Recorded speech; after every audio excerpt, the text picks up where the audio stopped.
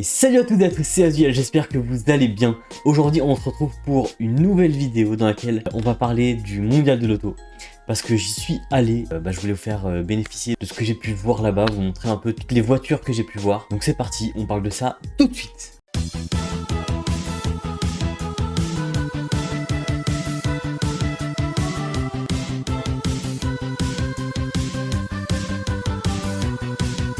Alors ce sera une vidéo sur un format vlog, sûrement sur un petit fond de musique, parce qu'il y avait beaucoup de brouhaha, donc j'ai pas voulu trop parler dans les vidéos, donc je vous ferai plutôt une petite voix off. Pour commencer, on est rentré dans le pavillon 5. On a alterné entre la Dream Zone et l'exposition On n'arrête pas le progrès. L'exposition On n'arrête pas le progrès, où ils montraient les premiers véhicules de certaines marques, comme Renault, Volkswagen, etc., des Renault Espace, des Renault Twingo, etc. Et la Dream Zone, donc avec des voitures de rêve, donc telles que des Lamborghini, des choses comme ça. Enfin, on est parti 5.2, 5.3, et on a regardé ici les voitures de l'âge, comme vous pouvez le voir ici, donc qui sont assez sympas franchement, et les voitures de Autoscoot. Donc avec la voiture, notamment la Espace F1, que par exemple Villebrequin avait essayé dans une vidéo, donc il y a très peu d'exemplaires. Je vous laisserai aller voir leur vidéo si vous voulez plus de détails là-dessus. Ensuite on allait directement au pavillon 6, on a d'abord vu la radio Sud Radio qui était là. Voilà, on leur fait un petit coucou.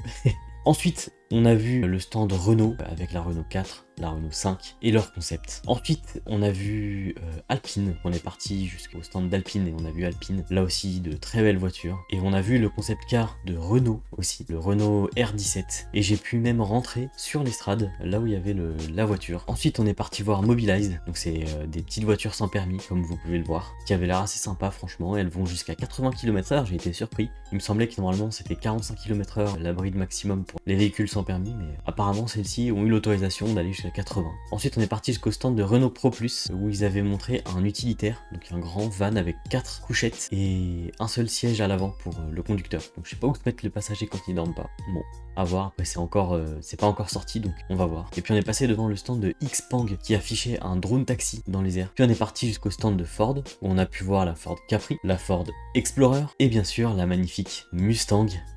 Elle est magnifique, avec le nouveau logo en plus de Mustang, qui est vraiment incroyable. Puis on a vu le pick-up de Ford, qui est vraiment super beau aussi. Et puis on est passé devant le Ford e-Tourneo Custom, donc qui est un véhicule utilitaire électrique. J'ai pris juste une photo, je suis pas rentré dedans pour celui-ci. Et puis en allant vers le stand Dacia, on est passé par le stand de Ligier, où j'ai vu un petit scooter, j'en ai profité pour prendre une petite photo sympa.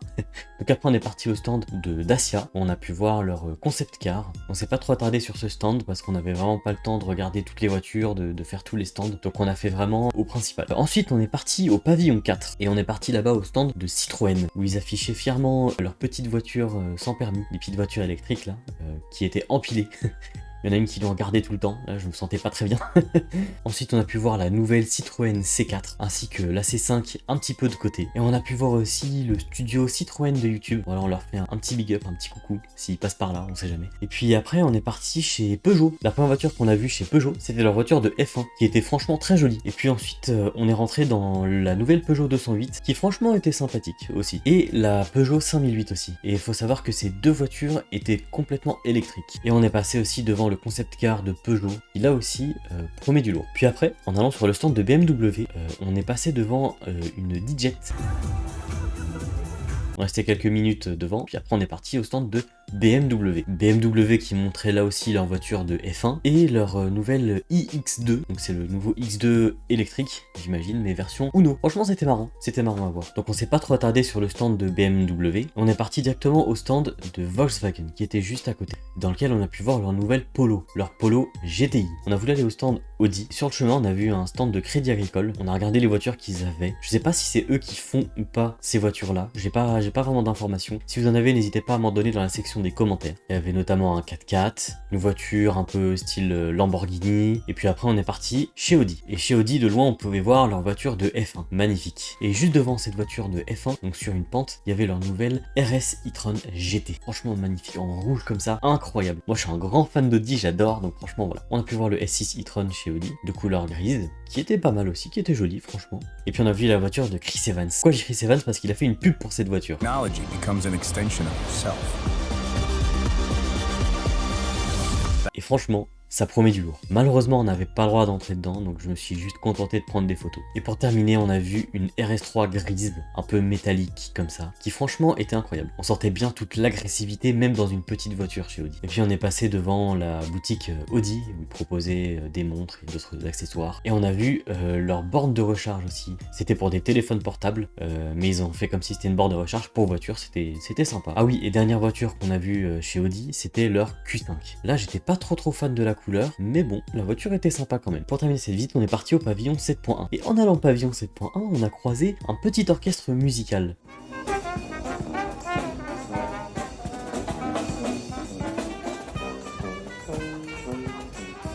Franchement, c'était sympa à écouter, on est resté quelques minutes devant eux, et puis après, on est parti dans ce fameux pavillon. On est passé une première fois devant Game One,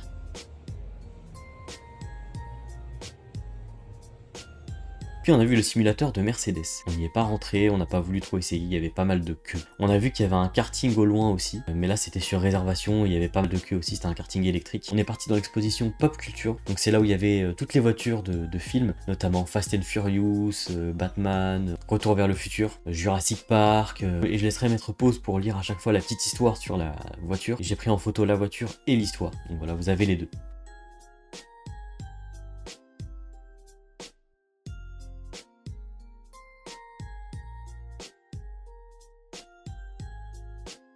En sortant de l'exposition Pop Culture, il y avait la boutique de Pop Culture, donc avec quelques petites voitures, notamment celle d'Harry Potter, la DeLorean, etc. C'est une boutique assez grande par rapport aux autres qui étaient sur le parc d'exposition. Et ensuite, on est repassé devant Game One en allant à la gendarmerie. Et là, on s'est dit, allez, on s'arrête et on fait un petit peu de simulateur voiture.